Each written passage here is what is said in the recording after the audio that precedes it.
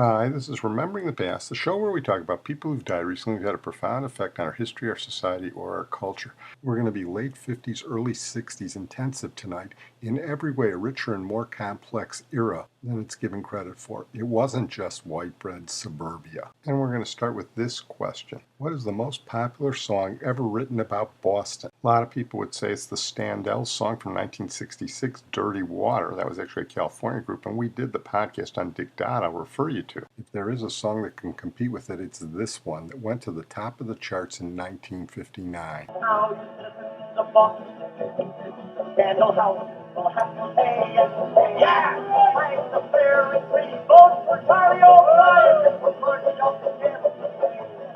Boston never returns, they'll never return, and they will be unlucky. We will be their lives for bad, but he's the reach the Boston, he's the man who'll never return.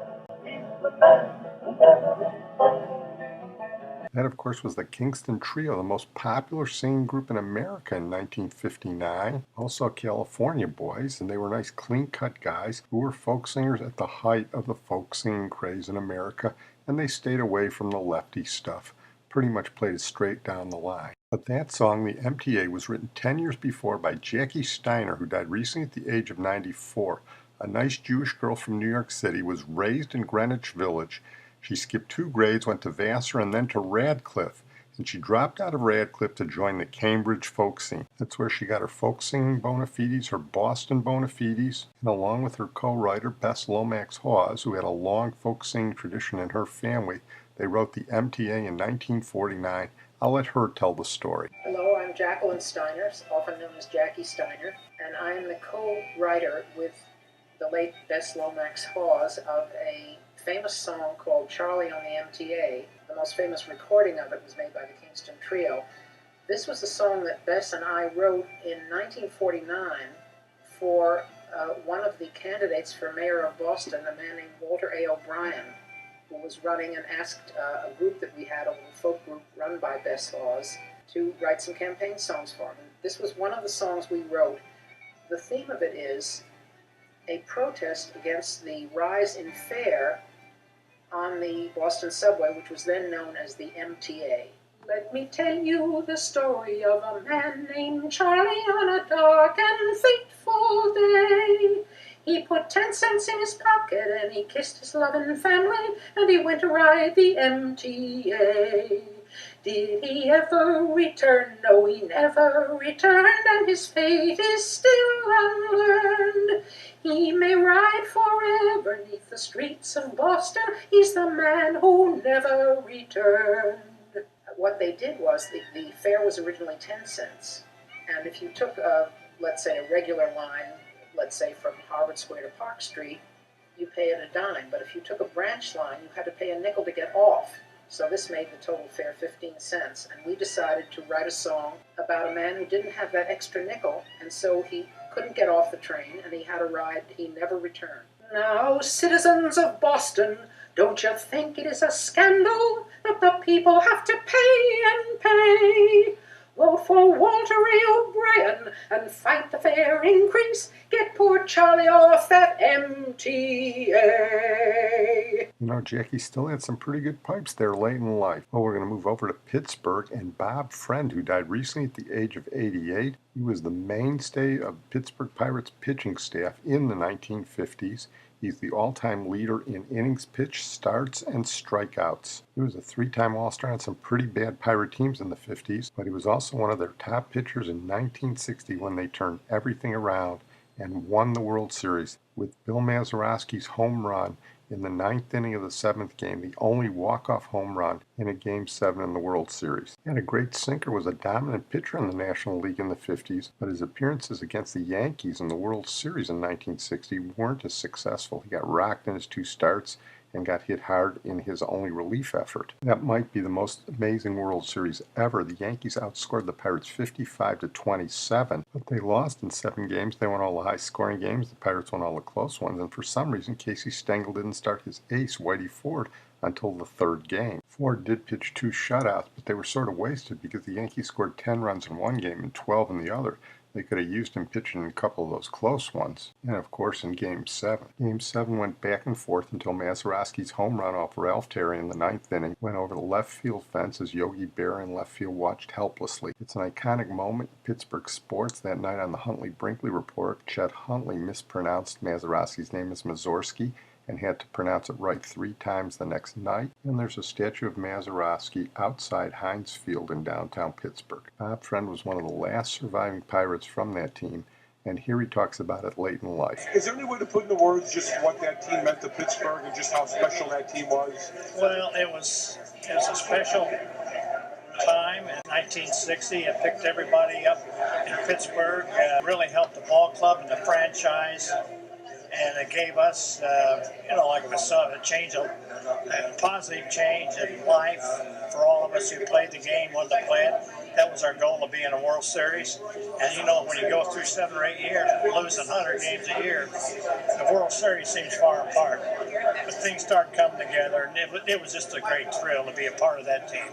Bob Friend, a pretty fair country pitcher in his day. Well, as long as we're on baseball, we're going to go with our feature now, and that's Frank Robinson, who died recently at the age of 82. One of the greatest ball players I ever saw. In fact, one of the greatest ball players in Major League history. And despite the fact that he won the MVP in both leagues, he won a Triple Crown, he was a World Series MVP, he was underrated. One of the reasons is when he was in the National League with the Reds, he was an outfielder, and the all-star outfield in those days was invariably Clemente, Aaron, and Mays. And I will tell you, it's not clear to me that any of those guys was actually better than Frank Robinson. Not only that, he was one of the toughest players I ever saw. He's one of these guys that when he got hit by a pitch by Gibson or Drysdale, and he invariably did because he crowded the plate, he would never show it. But he'd come out and challenge pitchers if he thought they were headhunting, and there were a lot of pitchers afraid of him. When he was traded in 1966 to the Orioles, in one of the worst trades in Major League history, he was basically the best player in the American League for about 3 years, and he was one of Earl Weaver's favorite players. He's the guy who put the Orioles over the top for 2 World Series. And while he was a tough SOB on the field, he was a nice guy off the field. I bought him a beer once, and I have to tell you, he was nothing like his on-the-field image. Here's Major League Baseball on Frank Robinson's career. Frank Robinson, one of the greatest players ever.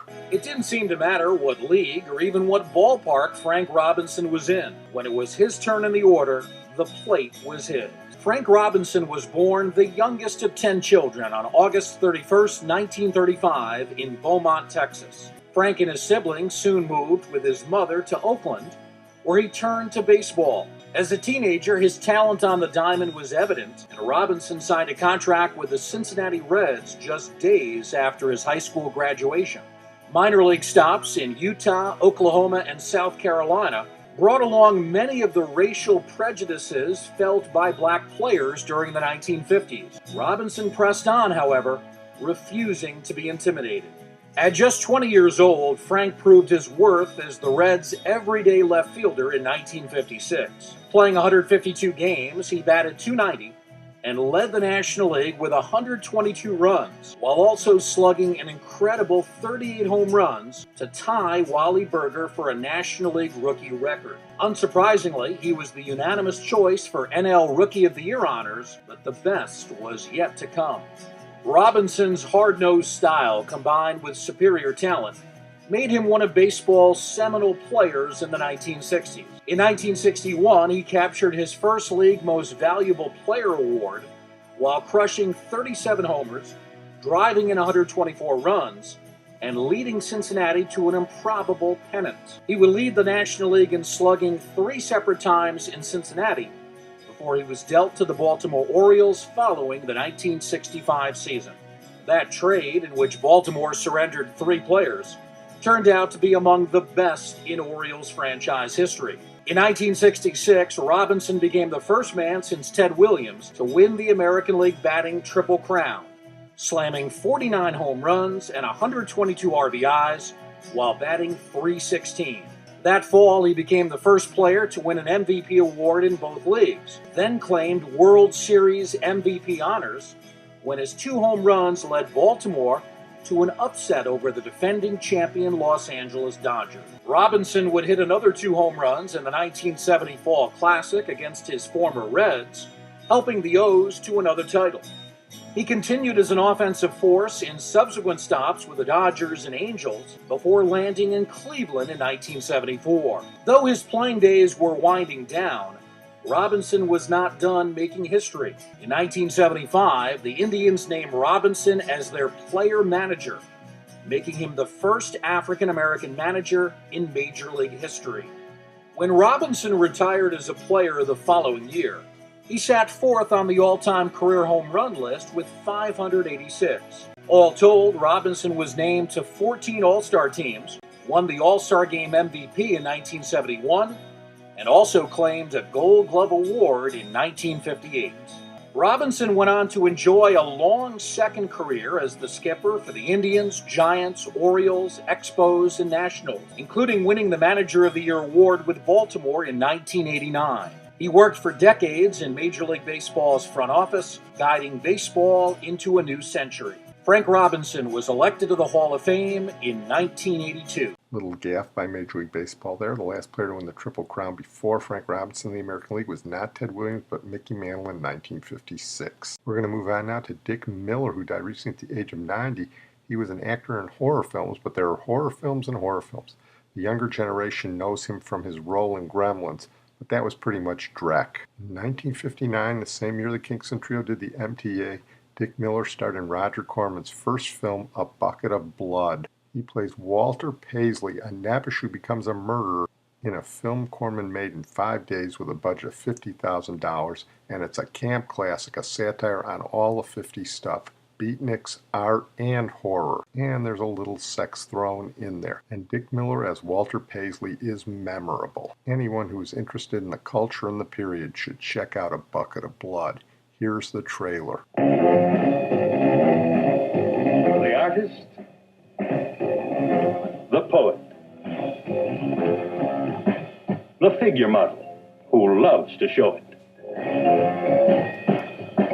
Suppose he could be physically attracted to her? No, man, he ain't the type. He don't get enough vitamin E. All these are beat.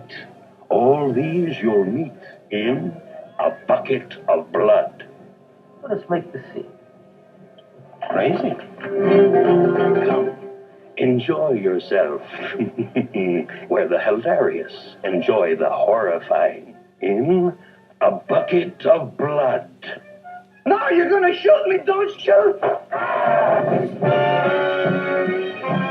Come to the land of living dreams, where realists dream of the unreal. Walter, you've done something to me. Something deep down inside of my prana. Oh, Walter, I want to be with you. You're creative. Beatniks at their bawdiest. The creative urge at its most primitive. I'm deeply moved, and I shall compose a poem. Love is art. Art is love. It's the weirdest and the wildest. I don't want to make statues anymore. I want to get married. To you.